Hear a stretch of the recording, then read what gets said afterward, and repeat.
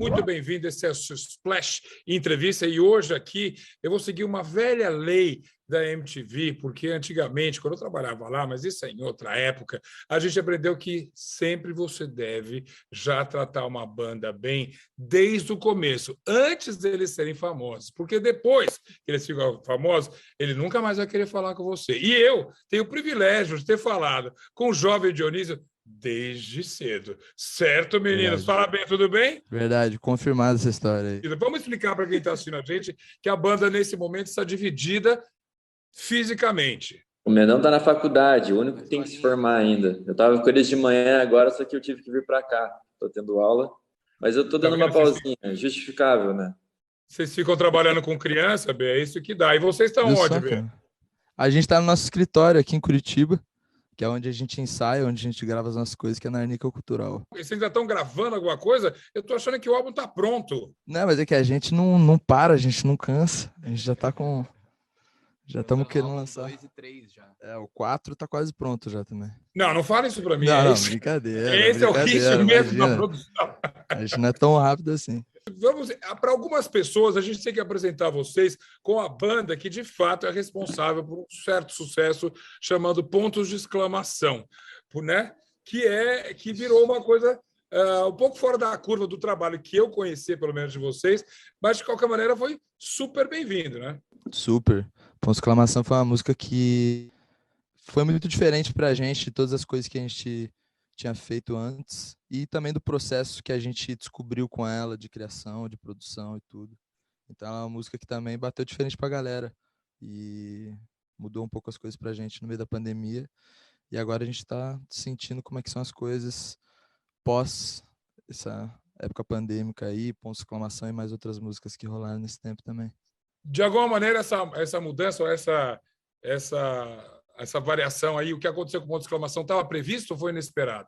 Uma questão de uma evolução nossa, assim, de um conhecimento nosso. Por exemplo, no nosso primeiro EP, a gente se centrava muito, assim, e estava muito preso a produzir com cada um tocando seu próprio instrumento. Então, eu ficava limitado no meu baixo, o Fufa ficava limitado só na guitarra dele, com os timbres que ele tinha. E esse processo evolutivo, assim, vamos dizer, ele foi um negócio da gente começar a aprender que no computador existem milhares e milhares e milhares de timbres e de sons diferentes, e a gente começou a aprender a usar isso, assim, e ter mais controle sobre isso. Então isso nos trouxe uma liberdade criativa muito maior. Com o computador a gente conseguia testar as coisas muito mais rápido e fazer as coisas muito mais rápido e experimentando cada vez mais. E Ponto de Exclamação foi a primeira música que a gente teve essa experiência, assim, que a gente chamou um amigo nosso, que é beatmaker, Lucas Sucou, e ele um dia demonstrou interesse, assim, em tentar fazer alguma coisa com banda e tentar fazer alguma coisa junto com a gente. E a gente se juntou com ele e, pô, em uma tarde ou 2 tardes, a gente fez Ponto de Exclamação junto com ele, assim, uma versão já muito próxima do que é a versão produzida. Foi tipo uma madrugada, na real, assim. Sim, como as boas coisas aparecem, que a gente sabe. E daí a gente olhou para aquilo e falou, cara, vamos tentar fazer mais assim. É sempre um processo. Curioso, porque ele entra, pelo que vocês contaram, o Socorro entra assim, tardiamente na banda. Vocês são amigos, não sei se exatamente de infância, ou no mínimo de adolescência ali, sempre tocaram juntos, e talvez o processo do Jovem Dionísio fosse, de fato, muito fechado ali. As primeiras gravações e tudo, a única referência que vocês tinham era o próprio som da banda. Justamente como você falou, tinha parece que vocês estavam tocando separadamente. Até então, nunca ninguém tinha interferido nesse processo. Na verdade, quando a gente foi gravar as primeiras músicas nossas, a gente chegou no estúdio, a gente tinha um amigo de um amigo meu que ele mixava. A gente só chegou nele, que era o Guigo. Chegamos no Guigo, que mixou o disco da Marina Sena e tal. O Guigo é um cara super maneiro. A gente chegou no Guigo e falou assim, Guigo, a gente quer gravar 4 músicas. Daí ele falou, beleza.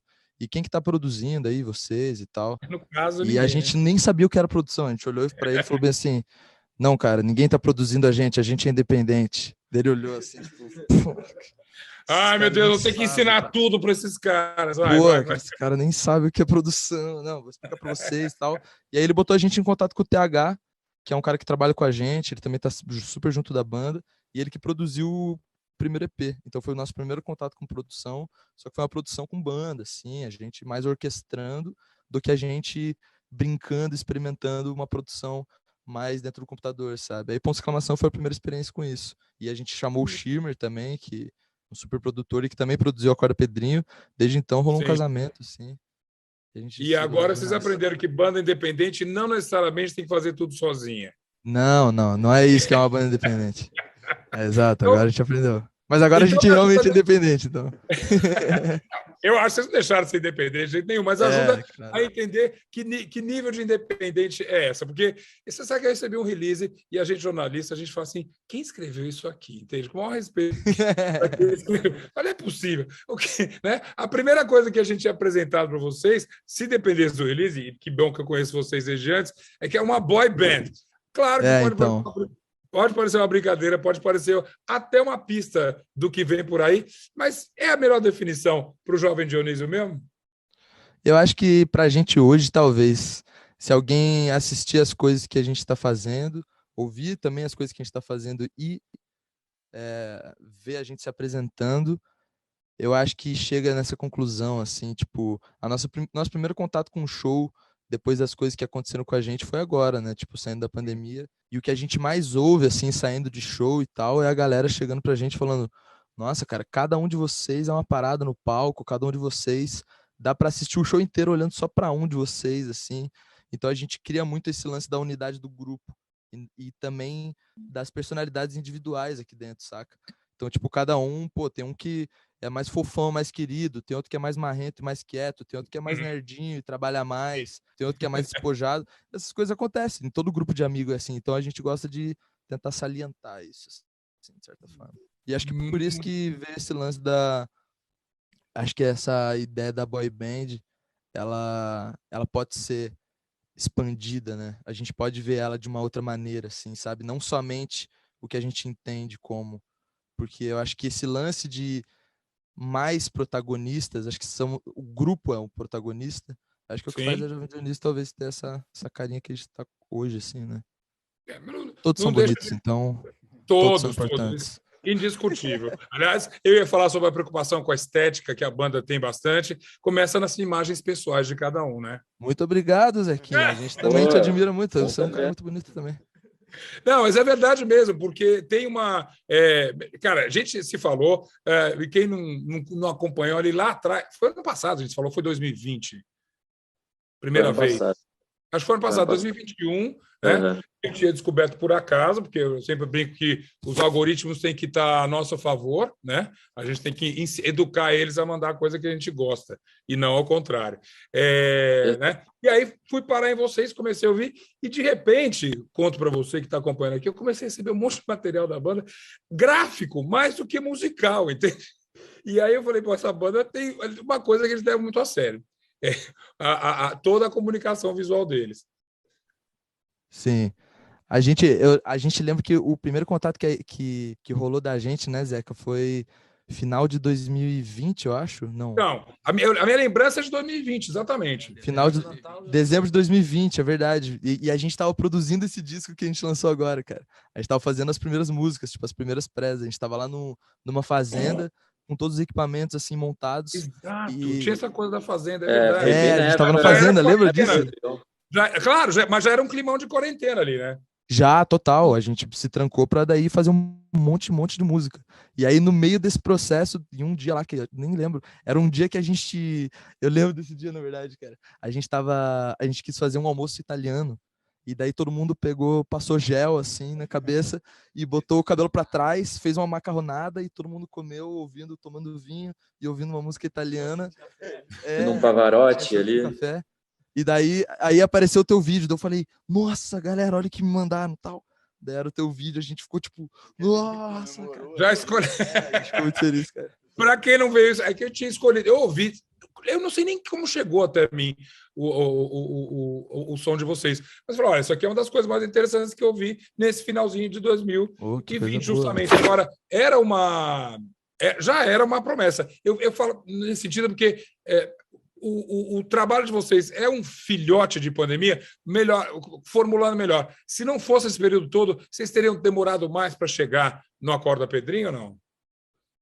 Acho provavelmente porque Eu lembro que na época que Pontos começou, rolou o remix e a versão original começou a dar legal no YouTube. Eu lembro que a gente começou a trocar ideia de tipo, cara, eu acho que agora a gente consegue fazer show fora de Curitiba, hein, cara. Só que a gente não podia, né? Porque Logo tava no meio da depois. pandemia, estava Exato, exatamente no exato. começo da pandemia. Então, cara, pô, eu acho que dá pra gente sair, mas será que dá? Mas de qualquer jeito não dá, então vamos fazer mais música. Então vamos trancar e fazer um disco? Vamos trancar e fazer um disco. Então acho que Foi bem isso, cara. A aprendemos um gente conseguiu processo. ter tempo para a gente conseguir gravar e ter todo esse processo de produção e conseguir a gente se reunir também numa chacarazinha para a gente fazer alguma produção assim. Se não tivesse pandemia, a gente não teria feito isso. A gente teria, sei lá, começado a fazer os primeiros shows, arrecadar mais dinheiro, fazer nossas Sim. festas, tal, e não a rotina que a gente realmente teve, que foi de ir para algum lugar isolado e começar a produzir um álbum assim do zero. Então, eu acho que a Corda Pedrinho teria saído bem depois. Mas aí esse isolamento, lá tinha um estúdio, era improvisado. Como exatamente foi um processo criativo lá? Não. Não, era um Não. sítio. A gente fez 3 retiros, na verdade. A gente fez 2 retiros de pré-produção e um de produção. Nesse primeiro de produção foi no 7 de setembro, a gente fez lá em Irati, no interior do Paraná, na chácara de um amigo meu. E daí a gente ficou uma semana lá e, cara, a gente nem sabia quantas músicas a gente ia fazer. Isso foi até o Meta que deu orientação. A gente achava que ia fazer umas 3, 4. E o Meta falou, pesada, uma por dia. Esquema industrial aqui. Vamos de esquema industrial. Aí, tipo, todo dia a gente acordava, via umas referências, lá em cima não tinha internet. E daí a gente tinha nossas referências, subia lá no estúdiozinho que a gente montou, tipo, tudo improvisado. Sim. E daí a gente produzia nossas músicas até o final do dia, só saía de lá com alguma coisa, uma pré já meio delimitada. E foi assim por uns 9 dias. E daí depois a gente fez mais um retiro, que foi lá no Pinaré, mais interior ainda, tipo, ninguém acha lá, assim, muito perdido. E daí foi a mesma coisa, daí na época do Natal e Ano Novo, acho que foram 7 dias. E daí depois a gente fez um último, em maio do ano passado, que foi lá na chácara da família do Ber, lá. E ficamos um mês. Ficamos 3 dias, acho que em cada música. 3, 4 dias. E daí foi para terminar. A gente veio para Curitiba e gravou as coisas. E provavelmente jogaram muita coisa fora, porque quando eu acho que ele cutucou vocês e falou, olha, é uma por dia, é o processo criativo, é para jogar um monte de coisa fora, mas você não pode ficar achando que vai sair a obra-prima. Aliás, vocês viram o documentário dos Beatles também, né? Acho, né? E por falar em processo criativo.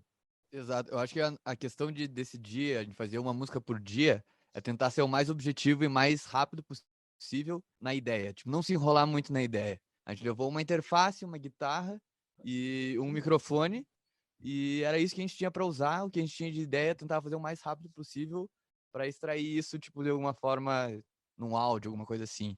E a partir dessa ideia, depois que a gente lapidou e ficou um mês daí, num retiro, na chácara, todos os dias para lapidar e tal. Então a gente pegou essa questão de um dia, foi mais para, cara, vamos jogar tudo que a gente tem de ideia aqui e chegar em uma estrutura, em algo que a gente parecesse maneiro e legal, assim, e depois lapidar tudo e fazer tudo com cuidado. Vocês falaram de referência, justamente, não só pelo release, como pelo próprio Acorda Pedrinho. Se alguém quiser botar um rótulo ali em vocês, vai ser difícil. Referências do que exatamente? Vocês pegavam de toda a galáxia, vamos dizer assim, as referências. Né? Cada um gosta de um estilo de música. Então todo mundo traz muita informação sempre, de vários lugares. De samba, rock, disco, música internacional, MPB, pop, do mais antigo ao mais recente que tem, enfim. A gente junta essa monte de coisa e faz no final o que é a soma de todas essas coisas que a gente gosta. O principal de tudo que eu sempre buscava era tentar achar algo que fosse sonoramente maneiro pra gente, assim. Então, algo que a gente curtisse escutar. A gente nunca perseguiu nenhum estilo em específico, assim, e se prendeu a falar, vamos ser uma banda disso ou daquilo. Foi sempre muito livre, assim. A gente escutava alguma composição que o Mendão trazia pra gente no violão e a gente só falava, cara, isso ia ser muito massa se tivesse uma pegada assim. Então, vamos tentar buscar isso, vamos testar. Acho que era sempre pelo som antes de qualquer coisa, assim. Vamos cavar um pouquinho nesse baú. Se alguém quiser se surpreender realmente com uma referência do Jovem Dionísio, qual seria essa? Qual é a referência mais surpreendente que um dia bateu em vocês? O Wilson Simonal é uma boa. Tem uma música nossa que tem uma referência pesada de Wilson Simonal. Tipo, tá bem na cara. Quem ouve sabe? Furacão 2000, alguma coisa assim, pra Tu Tem Jeito. Porque a Isso é gente verdade. tirou bastante, a gente baixou bastante sample de funk. Então, até um Tropiquilas, assim, porque, pô, Tropiquilas é o rei do sample de funk, né? Querendo ou não. Pode ser. O que inevitavelmente me obriga a provocar vocês, porque as pessoas vão falar uma banda de Curitiba se inspirando em Tropiquilas e em Furacão. Quem eles estão pensando que são? Pior que Tropiquilas tem um dos dois que é curitibano, né? Ou É, não? o Louds. O Louds é curitibano. Né? Justamente, a brincadeira estamos aí para quebrar este paradigma, né? Claro. Uma banda Pois curitibana. é. E os caras mandam muito bem, a gente é muito fã deles. E o que eles fazem lá no Splice, para quem não sabe o que é o Splice, é onde você busca samples. É um dos portais de buscar sample. E o Tropiquilas eles botam uns samples lá que são tipo, nossa, eu vejo uns produtores gringos assim, tipo, Kenny Beats pegam uns samples deles, eles são muito brabo, cara, muito brabo. Então, óbvio que a gente é fã deles. Muito bem. Agora, eu dei essa cutucada porque, obviamente, a gente está falando com o Brasil todo e vocês estão ali no limite de abrir demais esse público de vocês, que é super bem-vindo, é claro, mas vocês vão ter que lutar, vocês sabem disso, contra um estereótipo do que é uma banda de Curitiba. Obviamente não sou eu que estou falando isso, porque eu conheço de Imperador Sem Teto a Michel Teló, entende? Tudo é Paraná para mim, entende? Então, mas acho que vocês têm ainda esse desafio de falar assim, olha, é o seguinte, a gente está fazendo um som que é de hoje, que é de 2022, e que por acaso é de Curitiba, que a gente nasceu aqui, a gente cresceu aqui, mas tem um pouco esse muro para subir, esse monte para subir ainda, né? Claro, a gente, tipo, o lance de ser de Curitiba traz algumas coisas pra gente. Talvez a melhor de todas é que a gente pode falar abertamente de tanta coisa sobre a cidade que é um exercício que a gente praticou nesse disco. A primeira música, que se chama Pastel, do disco, a gente fala: vamos sair comer um pastel já que você mora do lado do Juvevê. O Juvevê é o bairro que fica o bairro do Dionísio e que tem a pastelaria Juvevê, que é o melhor pastel da cidade. Então a gente fala abertamente sobre isso e tem gente que pergunta, manda mensagem pra gente falando: quem é Juvevê? Juvevê é uma pessoa? E a gente não, cara, o Juvevê é um bairro daqui de Curitiba e a gente fala abertamente sobre essas coisas. E os nossos clipes a gente usa da cidade a nosso favor total. E eu acho que é um lance que, pelo menos visualmente, assim, a gente nunca, tipo, já tiveram, assim, oportunidades de gente usando da cidade, falando sobre Curitiba, mas a gente gosta de participar desse movimento, assim, tipo, empurrar a cidade com a gente, porque a cidade empurra a gente, então o mínimo que a gente tem que fazer é empurrar a cidade junto, sabe, tipo, Justo. ela inspira muito a gente. Então... Morando em São Paulo, quer dizer, entre São Paulo e Rio, mas mais em São Paulo, eu, quando vou a Curitiba, eu me sinto super em casa, porque é uma cidade esquizofrênica, e quando eu falo isso, é um elogio, na verdade. Sim, né? mas eu entendo o raciocínio, eu acho massa. É essa esquizofrenia que empurra a gente para criar. Eu acho que, né, São Paulo, Curitiba, o próprio Rio de Janeiro. É uma esquizofrenia no sentido de tem muita coisa acontecendo ao mesmo tempo e também, exato, se você achar um lugar, você consegue achar só uma coisa específica que você pode se afundar naquilo, sabe? Tipo, aqui em Curitiba tem a cena artística é muito boa, ou a arquitetura da cidade é maneira, tipo, a gente gosta muito da literatura, cidade. tem um monte de gente que escreve coisa bacana aí. Muito, o Paulo Leminski é daqui, então a gente tem grandes nomes também. Então a gente, tipo, é abraçadão com Curitiba, a gente gosta muito daqui, sempre gostou. Por falar em referências bem específicas de Curitiba, quem assiste o clipe de Eu Não Vou Dançar Sozinho sabe que foi gravado aí, em casa mesmo, né? Ou não? Ou aquilo era o estúdio? Aquilo era... não vou dançar... não vou dançar sozinho, foi na minha casa, né? É verdade, lembrei agora. Foi no banheiro da minha irmã. Minha irmã olhou pra mim e falou... Outro dia ela chegou pra mim e falou...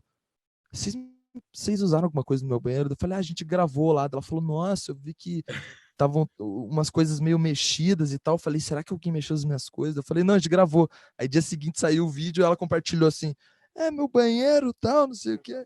Tipo, o roupão dela atrás, a gente nem mexeu em nada. Só... Para quem não viu ainda, Eu Não Vou Dançar Sozinho é simplesmente um momento seu, né? íntimo. Se não me engano. De íntimo, reflexão ali, né? Eu acho. De reflexão. Que todo mundo passa diariamente. Que todo mundo passa. Quem tá com tudo direito, passa todo dia, assim. Não, você não tá também, fica lá horas e espera chegar. Exatamente. Difícil, talvez, conectar com a letra da música, mas, ao mesmo tempo, já aprendi que o jovem Dionísio não facilita essas coisas. Justamente são ideias jogadas assim, e você que lute para unir essas coisas todas. Né? Você ouvinte, você fã, você admirador. Isso é muito bom, porque daí as pessoas vão atrás, né? Elas querem saber o que está acontecendo. Ou também a gente engaja a pessoa que realmente quer saber o que está acontecendo. Então, isso é uma parada boa.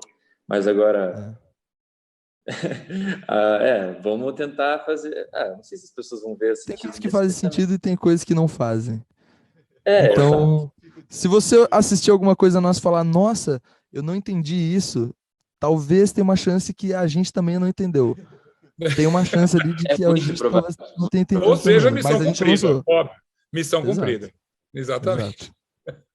Por falar em talvez eu não tenha entendido, o Acorda Pedrinho, eu vou contar uma história pessoal, me lembra muito um outro título de álbum de estreia de uma banda chamada Radiohead. Vou contar para vocês pelo seguinte, estou quase na mesma posição, olha a conexão nobre. Eu era um jovem repórter e eu fui fazer uma entrevista com o Pet Shop Boys em Londres. Nossa, chegou lá, MTV, não sei o que tal. Chegou lá, EMI, a gravadora, falou assim: tem uma banda aí que a gente nem lançou ainda, a capa do disco é essa aqui. E me deram a capa do disco e vai lá, você quer falar coisa? Eu falei, olha, cara, nem ouvi. Não, mas desce lá, tal. E aí desci numa pracinha lá em Londres e tudo que eu tinha para entrevistar o Radiohead era o título de um álbum que se chama Pablo Honey, como vocês sabem muito bem. E aí, se os caras já são esquisitos hoje, imagina naquela época, não tinha muito assunto com eles. E aí, tal, e a certa altura era tão constrangedor que eu falei, olha, é o seguinte, eu estou vendo que vocês não estão confortáveis. Eles falaram assim, olha, é o seguinte, é a primeira entrevista que a gente dá, a gente nunca deu uma entrevista. Que isso, cara. Aí, só resumindo, mas eu vou voltar para o Pedrinho. Aí voltei para a MTV, botamos uma entrevista com os Pet Shop Boys, uma loucura. 6 meses depois, Creep é um sucesso internacional. Eu falei, Jaqueline é a diretora. Jaqueline, cadê aquela fita? E a gente tinha, ironicamente, a primeira entrevista mundial com que isso? O Radiohead. Irado, hein, Zequinha? Salve de palmas. Não, salve de palmas. Obrigado. Mas a entrevista... Boa história, hein, Zeca? Parabéns. Não, é bacana. Foi daquelas sortes que eu queria que fosse minha essa história, cara, mas parabéns. Agora, era a mesma coisa, quase que quem está chegando a vocês vai ter, no máximo, como apresentação, Acorda Pedrinho. Então, a mesma pergunta que eu fiz para o Radiohead, eu reproduzo para vocês. Quem é Pedrinho e por que esse título? A pergunta lá fala quem é Pablo e por que Pablo Honey, claro.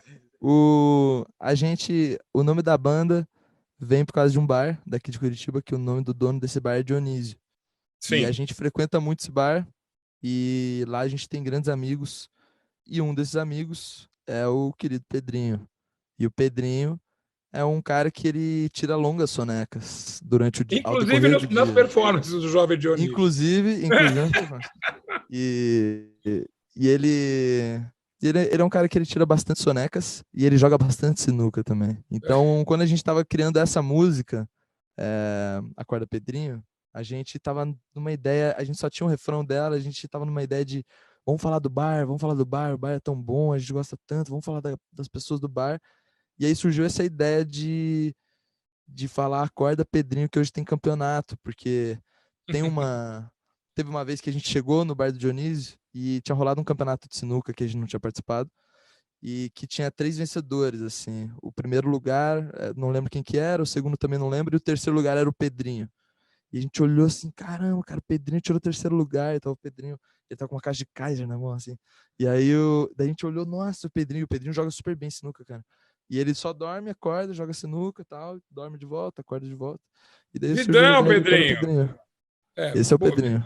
Então, pelo menos é diferente da resposta do Radiohead, que Pablo Honey era um recado numa secretária eletrônica que eles acharam engraçado colocar. Então, enfim, pelo menos a resposta foi mais original. Vem cá, e uma das coisas bacanas do Jovem Dionísio é toda talvez não sei se é retomada a melhor palavra, mas vocês são uma banda de bar, vocês contaram essa história, falaram mais de uma vez aqui, me lembra um pouco o próprio Skank começou a tocar em bar e tudo, numa época onde justamente o pop brasileiro parece não estar indo por aí, eles querem gente muito conhecida, uma influencer aqui, uma mega produção, e vocês começam por um caminho que do que eu conheço de pop, de rock, é bem mais orgânico assim.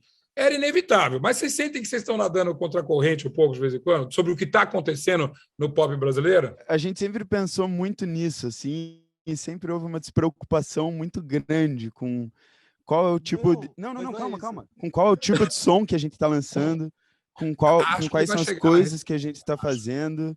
E, tipo, a gente não se prendia a olhar assim, cara, esse é o pop que tá dando certo hoje, e meio que por coincidência, assim, ou por uma sorte, ou sei lá, por gosto da galera, a gente fez uma música despretensiosa e que fugia do que as pessoas estavam escutando. E sei lá, eu acho que o pop pode ser uma coisa muito volátil, assim. Pop pode vir do bar.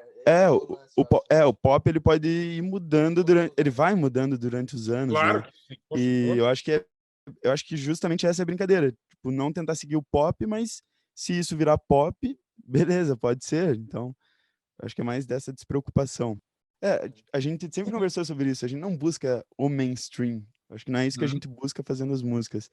Acho que a gente, de início, assim, desde sempre, a gente buscou se divertir entre a gente e fazer um negócio maneiro, assim. Enfim. Tá vendo, Bê? tudo. Isso é que é ser independente, exatamente. Isso é que é ser. Isso é uma aula. Cara, dá uma aula pra gente. Devolve para ele o microfone. Vai lá. Vai. Ele acabou de dar uma aula pra gente aqui. Isso que é ser independente. Isso. Não, eu tô só cutucando que você me fala independente, eu não tenho produtor. Tá bom. Não. Isso foi 3 anos atrás, Zequinha. A gente ainda era tudo criança, cara. 4 anos atrás, a gente era tudo criança. Vocês evoluíram muito agora, eu fico feliz. Bom, de fato, a gente já tem quase que encerrar aqui, mas de fato, ouvindo o Acorda Pedrinho, não é difícil falar, é um disco de apresentação assim para muita gente no Brasil, mas quem vai escutar vai sair com que impressão? Vocês já tocaram esse álbum inteiro fora de Curitiba? O que você acha que as pessoas, como é que elas estão reagindo a esse som? Talvez justamente essa saída do mainstream seja um respiro para as pessoas, né? Eles estão ouvindo muita coisa muito parecida e talvez o Jovem Dionísio traga uma alternativa para isso. Eu acho que sim, a gente vai começar a fazer o show, na verdade, do disco agora. A gente vai lançar uma tour e tudo, e vamos tentar rodar para o máximo de lugares que chamarem a gente e que a gente conseguir achar lugar para ir. A gente está aí para fazer um showzão mesmo. E eu acho que a impressão que alguém pode tirar ouvindo o nosso disco é que a gente se divertiu fazendo ele e de que tem muita coisa, acho que nas nossas cabeças, assim, tipo, acho que tem muitos gostos, assim como todas as pessoas têm. Ninguém gosta só de uma coisa hoje em dia, sabe? Claro que não. Todo mundo quer ter mais de uma experiência, todo mundo quer ter mais de uma sensação. Então a gente buscou isso nesse disco, tipo, vamos fazer todo mundo tentar entender todas as sensações que permeiam essas 5 cabeças aqui. Não só 5, né? Porque daí envolve produtor, envolve mais gente, então a gente tenta fazer uma tradução da cabeça de todo mundo aqui, né? A gente conversa muito numa linguagem própria entre nós, a gente tem gírias próprias, a gente tem uma linguagem própria, e o que a gente tenta fazer nas nossas músicas e nas coisas que a gente faz visualmente é tentar traduzir essa língua para algo que fique todo mundo consiga entender, sabe? Para todo mundo entrar na piada com a gente, assim, para todo mundo saber que língua a gente fala. Acho que esse disco ele traz umas pistas dessa nossa linguagem, assim. E o show traz mais e os clipes trazem mais. Então... Ótimo. Então, bora botar o Pedrinho na estrada. Só a última pergunta: vocês vão começar com ponto de exclamação ou terminar com ponto de exclamação? Cara, qual é o setlist? Hoje eu tava pensando nisso, você vê? Pois é um grande dilema. É um grande dilema. A gente vai fazer show esse final de semana em Floripa e a gente vai bater esse martelo saindo dessa reunião, Zequinha. Quer um conselho do velho homem da imprensa? Vai, eu quero. Termina com ponto de exclamação. Tá bom. Gente... Vai nessa. Quem falou tá falado.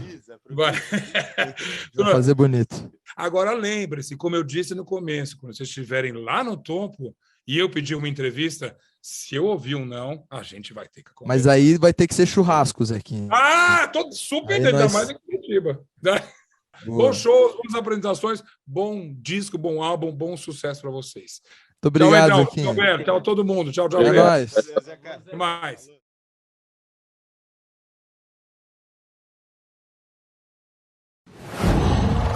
Qual?